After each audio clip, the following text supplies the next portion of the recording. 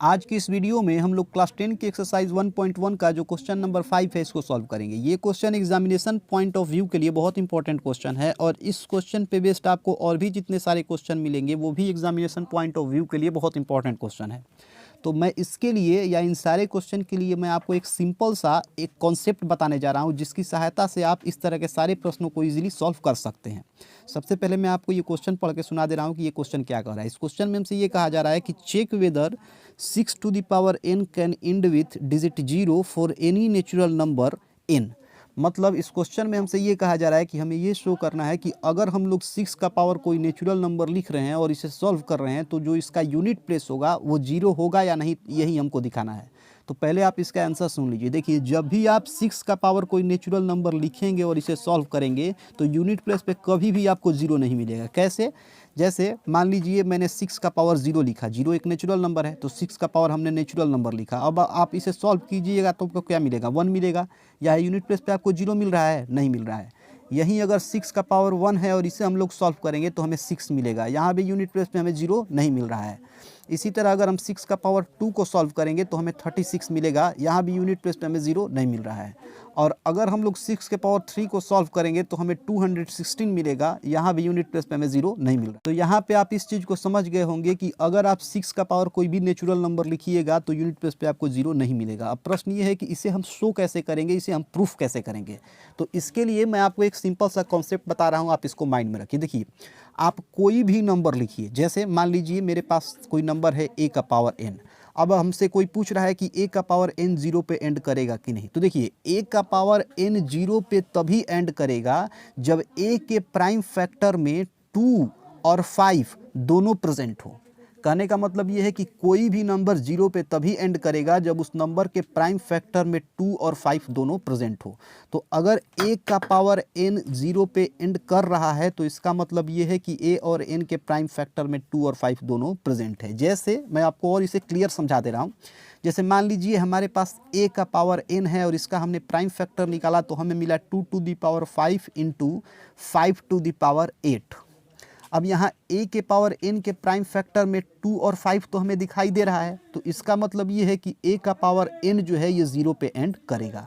यहाँ आप एक और बात माइंड में रखिएगा कि आपके पास जो भी यहाँ नंबर प्राइम फैक्टर में मिल रहे हैं, इसके जो पावर आपको दिखाई दे रहे हैं, वो कभी भी निगेटिव नहीं होने चाहिए। इतना चीज़ क्लियर है।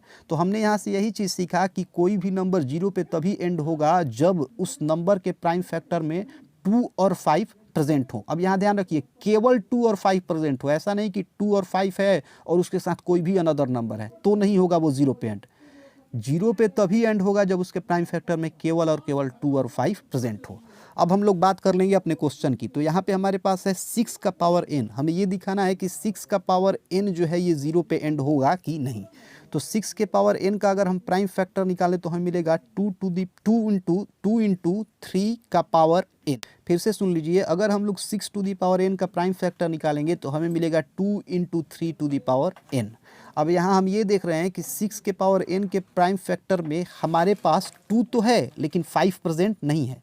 मतलब 6 टू दी पावर n के प्राइम फैक्टर में हमें केवल 2 मिल रहा है, 5 नहीं मिल रहा है। तो हम यहाँ से क्लियरली कह सकते हैं कि 6 का पावर n जो है ये कभी भी 0 पे एंड नहीं होगा। और इसी चीज़ को हम लोग यहाँ लिख देंगे। हम लोग यहाँ लिखेंगे we know that any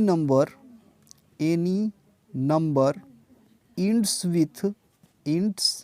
with 0 when it has 2 and 5 as its prime factor.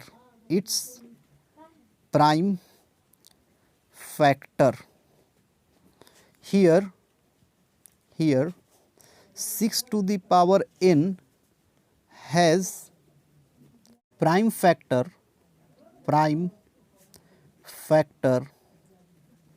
as 2 and 3, so 6 to the power n can never end